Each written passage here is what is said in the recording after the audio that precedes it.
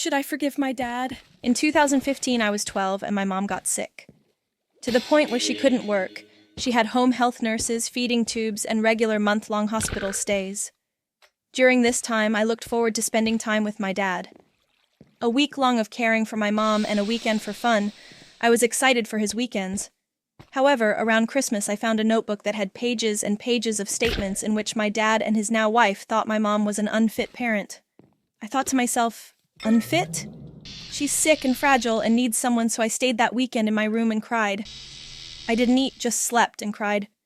When I made it back to my mom's, I told her I no longer wanted to go, and she allowed me until 2 months later, in the second week of the second semester, my dad came and picked me up from school and explained that I live with him now. Those first 2 months were the hardest because he didn't let me see my mom, took my phone when I wanted to talk to her, and removed my door from the wall. All in that time, he only comes back from work on the weekends, and I'm walking, driving to grocery stores and my brother's school, and cooking dinner every night with a secret credit card I had to hide from his wife. When she came in early from work and found my card before I got out of school, my dad came home and destroyed every piece of furniture in my room and choked me. I was 13. All I could do was cry and call my mom. She told CPS and he did it again. I hated my life. That summer, I seen my mom for the first time in months and hated to go back. We bonded and enjoyed our time until he called the police and made us go home. But this time it was a new home. His wife was gone, and it was just me in my first week of high school. He broke down to me my rules. I get 1 extracurricular. I have to wash his uniform daily. I need to make his lunch. I should pick my brother up from school and go with him to each football practice. I cook dinner every night, and I'm to be asleep by 9 o'clock. Fair enough. I roll with the punches. First semester goes by fine. I make lots of friends with a new identity and persona I created, and I'm excelling in choir and straight A's in my classes. Second semester, however, my dad starts a new job where he's making less, so now my grocery budget decreased and I'm kind of stressed. He's constantly agitated and my extracurricular has to get dropped. I understand, so I keep it to myself and stay in my room more and bond with my friends more. About a month left of second semester, my friends and I are caught skipping homeroom in the bathroom to copy each other homework. We're taken to the office and they call our parents. My dad comes home livid and curses me out for about an hour. At this point, I'm emotionless. I'm numb to everything and look him in his eyes and say, "Yes, sir," just because I'm obligated. A TP, he jumps on me and chokes me with all his strength. I kick him off until a straight-out brawl starts. We're fighting blow for blow. By the end of the fight, he has a knee on my abdomen and a hand on MG neck, choking me for 45 minutes until his mom comes and makes him get off. I go in my room, jump out the window to the neighbors, and call the police.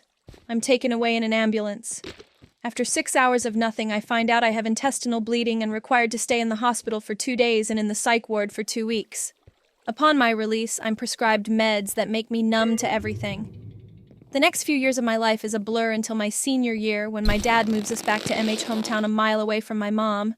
I'm in a new school but gets to see her for 20 hours a week, so I get to spend 2 nights and 1 hour a day here. It's convenient, and I finally have a space to talk about my feelings. I get a boyfriend, I tutor every day. College applications are great, I start the track team. Still obese, about 255 at this point. Then COVID starts. The second month of the shutdown, I turn 18, move out from my dad's, graduate high school, and is able to visit my boyfriend almost every day. He comes and visits on weekends. That fall, however, my mom's eldest daughter, my sister, drug addiction gets worse, and her 3 kids come to live with us. At the Rim, I was 500 miles away at college, so was my boyfriend. His college is only 8 miles from mine, but he's 2 years older. By that 3rd month in, a second wave of COVID happens and requires another shutdown. My mom calls me and tells me she is once more in the hospital and dropped my nieces and nephew off with my cousin.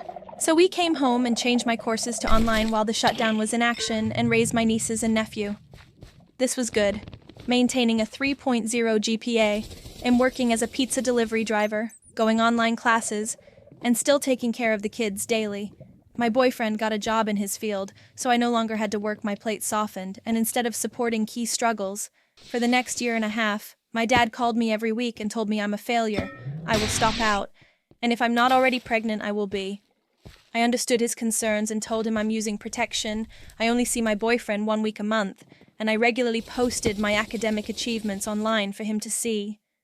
Over the course of a year and a half, after I got engaged and bought the 5 of us a house closer to my school, so I can now take hybrid classes.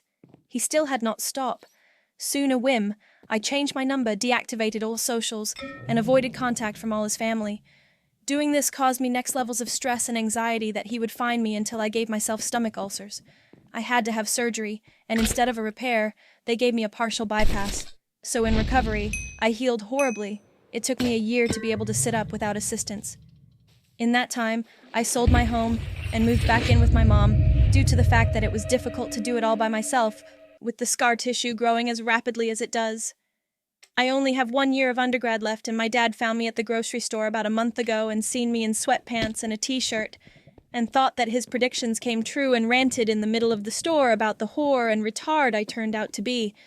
This past week he reached out and apologized for everything and told me that if I can turn my life around, or if I just want to talk about my feelings, I can turn to him. I'm angry. My mom agrees to keep away. My fiancé agrees. But my grandma and uncles and aunts tell me to give him a call. I just don't see myself forgiving him. Should I? In the future, I know I would like to have him as a person that my kids know, but I'm not sure how not to hate him. Yes, you should, but forgive is not let back into your life, or if you do not a requirement to do so on his terms. It is letting go of anger and hatred and wishes of ill will for him. You're right about that, but what steps do I take? How do I drop the bad wishes? I truly wish he would feel my pain. He would know exactly what it's like to be 21 with 3 kids, a full-time job, health issues, and full-time student. I want him to feel my pain so badly. How do I stop? Take the high road. No need to drop to someone else's level. I do it, but only if boundaries are set. Also, I understand you wanting him to feel how you feel, but just look at it from a diff perspective, like life throwing that at you so you can be prepared for your future. I get what you mean. Does he acknowledge what he did wrong? Does he feel shame or regret for his actions? If he does, then does that change how you feel about it? It all takes time to figure out, and you have decades from now to think about it. No one can tell you to forgive or not forgive, but try as you might, you will never forget. My suggestion is that if you are going to have a relationship with him, that you only meet in public places and put very clear boundaries in place. Tell him that if he insults you or criticizes you unfairly, you will leave, as these are not conversations that you are prepared to tolerate. If you are genuinely wanting to have a relationship with him, you need to decide ahead of time what you will and won't tolerate, and don't back down on it. If you have children, before he ever sees them, you need to assess whether or not he has changed sufficiently, as the father you described is not a safe person for children to be exposed to. Finally, be very careful how much you do tolerate. Years of trauma does impact your capacity to determine what is okay and what is abuse. Your primary goal should be to protect yourself from further harm and make sure that you don't pass the trauma down to the next generation.